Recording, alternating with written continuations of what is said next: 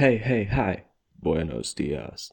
You've probably already seen countless YouTube videos about Roanoke, the lost colony, and you've accepted the conclusion that it is an undecipherable mystery. Well, have I got some news for you. It might not be such a big mystery after all. But first, 10 minutes of context and memes. It's the late 16th century, and the British monarchy has its eyes set in the New World. They were not in friendly terms with the Spanish, who controlled the Caribbean and the coast of Florida, and plans to occupy the lands of what we now know as Virginia and North Carolina were being drawn up. Queen Elizabeth, who is a virgin, this will be relevant later, grants Sir Walter Raleigh a charter, which is a very long, boring document which basically says, do you see all this land? Hey, if it's not held by Christians, it's free real estate. In this context, Sir Walter Raleigh begins organizing a series of trips to this land, these voyages being what we now know as the Roanoke voyages. The first expedition was led by Arthur Barlow and Philip Hamadas. In this voyage, their main objective was to survey this area and take note of anything that might be of interest. They arrive at the Carolina banks and quickly establish diplomatic relations with the natives of the area, namely of Roanoke Island. These were the Secotans, a tribe of the Carolina Algonquian family led by Chief Wingina. The English form friendly relations, they trade with the natives, and a cultural exchange is established. Harriet, an English writer working for Raleigh, is tasked with learning the natives' language and teaching them English. Two natives are willingly brought to England for this purpose, Manteo of the Croatoan natives and Wanchese of the Secotans. Arthur Barlow gives us a long and boring account of what he witnessed that can be summarized as sailed to Virginia, made some friends, also saw a cool lizard. Barlow's expedition diary also describes the natives as friendly and pure in a very dehumanizing and Eurocentristic way, and the land a sort of Eden untouched by corruption. With the reconnaissance mission a success, they head back to England. With the success of the first expedition, Sir Walter Raleigh is given the title of Lord and Governor of the new colony, which was to be named Virginia in honor of the Virgin Queen. See, I told you it would be relevant. In 1585, another expedition is organized. The fleet was commanded by Sir Richard Granville, while the exploration inland was headed by Ralph Lane. Arriving in Virginia's shores, they almost shipwreck and lose a lot of the supplies. Sir Granville immediately says, "Hey yo bro, I'm not gonna fix this," and decides to leave the expedition in Lane's hands, opting to busy himself with some privateering type of fun. Lane's main mission at this stage was to find a deep harbor that could bolster British privateering in the region, and he decides to build a fort/base of operations in Roanoke, to have a quick access to the land and the waters. From Granville's subsequent escapades, we learn that stealing from the Spanish is not only based AF, but could be the means to fund the settlement of Virginia and, at a larger scale, the British settlement of North America. From Ralph Lane's side, we learn that finding deep waters in Virginia's coast is no shallow endeavor. Now, one thing you have to know about Ralph Lane is that he is what we would call nowadays a huge fucking racist, and his demands for supplies begin to put a strain on Wingina's population. He would antagonize the natives at every opportunity, which led to the alienation of Wingina and the Secotan-English relations. Lane gets a brilliant idea at this point. It's better to apologize rather than ask for permission, so he decides he's gonna kidnap and steal supplies and information from the natives. English and Secotan relations would never recover from these events. All of this led Wingina to rally the natives against the English, managing to get everyone on board with the exception of the Croatoans, who were playing for the late game. This animosity culminated in the raid of Tazamanquepec, where the English invaded and decimated the native coalition, executing Wingina in the process. As it so happens, killing Native Americans doesn't magically fill your granaries, and Lane is eventually forced to withdraw and return to England with his tail between his legs. And so ends the expedition of 1585, where a dumb fuck managed to single-handedly kill the hopes for peaceful cohabitation between the native tribes and the English. The third expedition is unlike the others. Granville, after having his fill of Spanish silver, decides to pass through Roanoke to check upon Lane's fort. Upon arriving, Granville finds it deserted and managed to kidnap a Native American who told him about what had transpired between Lane and the natives. Seeing no sign of the natives, which were now actively avoiding the English, Granville left a small token force to protect and maintain the fort and proceeded to sniff the oceans for more Spanish silver, a simple man with simple desires. With Lane's complete failure, Sir Walter Raleigh was like, Ralph Lane? more like Ralph Lane, and entrusted the settlement of Virginia to a more promising candidate, John White. White is the artist responsible for several of the drawings you've seen in this video. This time the plan was different. Instead of just stumbling into some place, making a base there and hoping for the best, like a new Minecraft run in 2013, this new plan envisioned the settlement of a permanent and self-sustaining colony in Chesapeake Bay, led by White as governor with 12 assistants. The expedition took, according to White himself, 150 people, amongst them women, children, and craftsmen, unlike the previous expeditions whose crews had been almost exclusively sailors, explorers, and soldiers. This colony was organized like a true mercantile enterprise. Every settler would invest personally in the project, and each one would be awarded 500 acres of land. All was said and done, and they set out to Chesapeake Bay, but the ship's sailing master, Simon Fernandes, yes, Fernandes, not Fernandez, he's not Spanish, you absolute simpleton. According to White, Fernandes interfered with the expedition's course. White had pressured him into passing through Roanoke to inquire as to the state of Lane's settlement, which Fernandes obliged, but then refused to take them to Chesapeake Bay afterwards. In Roanoke, White learned from Montea what had happened to the token force Granville had left to maintain Lane's fort, and how the Sackatons were tired of England's shit and did something about it. With no way of making the remainder of the journey, White decided to start his colony in Roanoke, recovering whatever he could from Lane's failed fort. So, Lord, I do indeed post haste need to know the name of thine colony.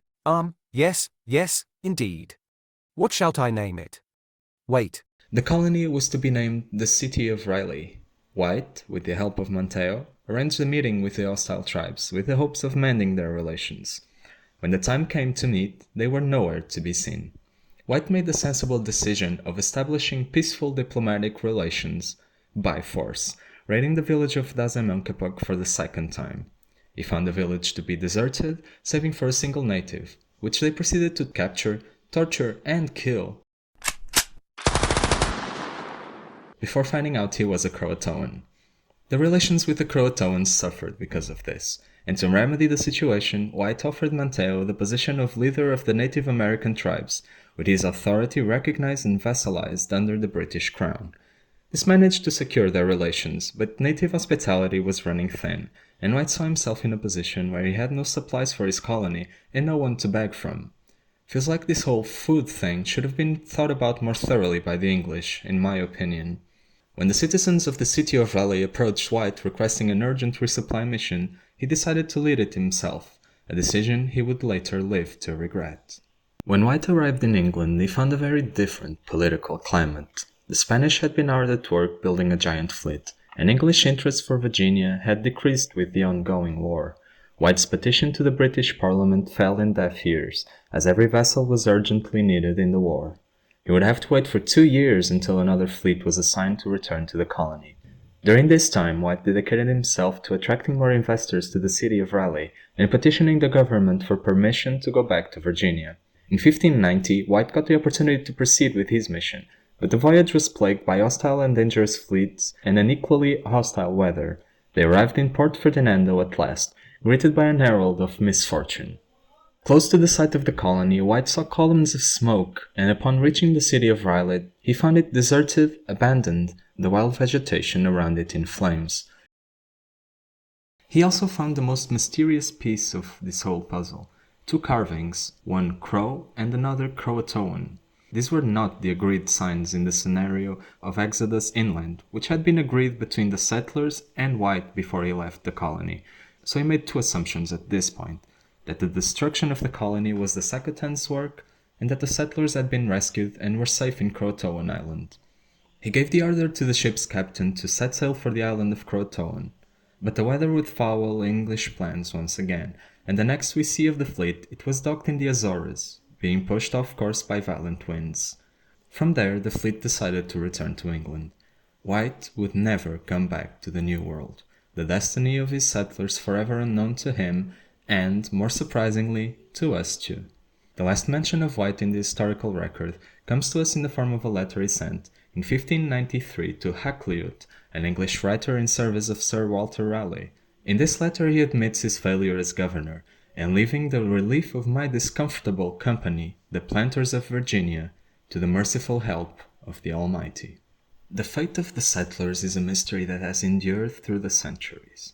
As my brain cells remain somewhat functional, let's just disregard the myriad of theories presented by ignoramuses. Two hypotheses can be reasonably considered: assimilation or annihilation. If you believe the settlers were rescued and welcomed by Monteo and the Croatoans, instead of moving inland, you need only to look at the evolution of Croatoan society. By the late 16th century, the Croatoans had grown in power and influence, and called themselves the Hatteras or Matamosquit tribe. That's also why Croatoan Island is named Hatteras Island to this day. By all accounts, this tribe seems to be descended from Monteo's Croatoans. Through the account of explorer John Lawson, we get an intriguing report. The Hatteras tribe claimed to be descended from white people that could read and write. Lawson describes how several members of the tribe had grey eyes, a feature not found in any other tribe of this region.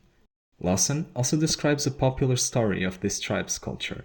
They claimed to see ghost ships, which they referred to as Sir Walter Raleigh's ships, and that proves at least that this could be an oral tradition that preserved some sort of awareness of the events that transpired regarding the English and the Croatoans. If, on the other hand, you believe the settlers were captured by the tribes hostile to England, another piece of evidence is possibly the Dare stones. I say possibly because the research on these stones is inconclusive, and only the first one is even considered as possibly true. Radiocarbon dating concluded that the first stone dates back to the late 16th century, which only proves that it is somewhat contemporary to the events, but not necessarily produced by the settlers. This first stone was discovered in 1937 and is called the Chowan River Stone. This stone is, allegedly, written by John White's daughter, Virginia Dare, and describes events after White's departure, how they went ahead with the plan of moving inland but were stricken by sickness and attacks from the natives.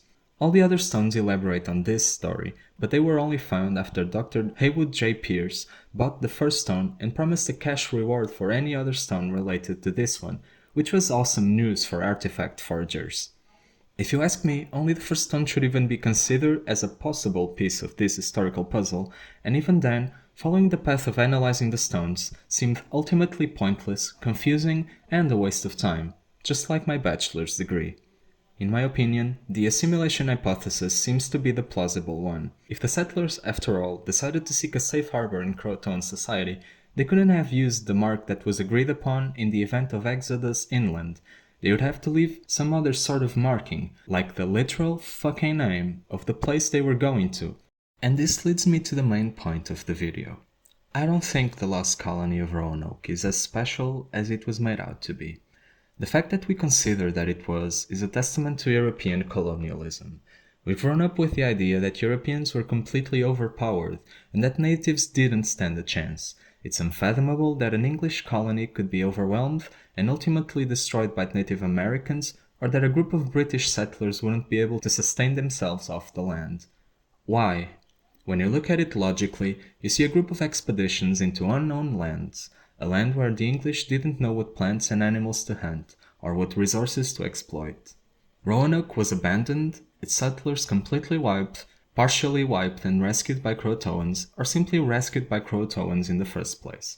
If we had more primary sources, perhaps we could make a more conclusive argument, but, even so, with the scattered remnants of proof we do have, it's clear that nothing mysterious or out of the ordinary could have happened. It's a story of a failed colony. We just don't know for sure what led to its abandonment. And that's what made Roanoke such a seemingly special case.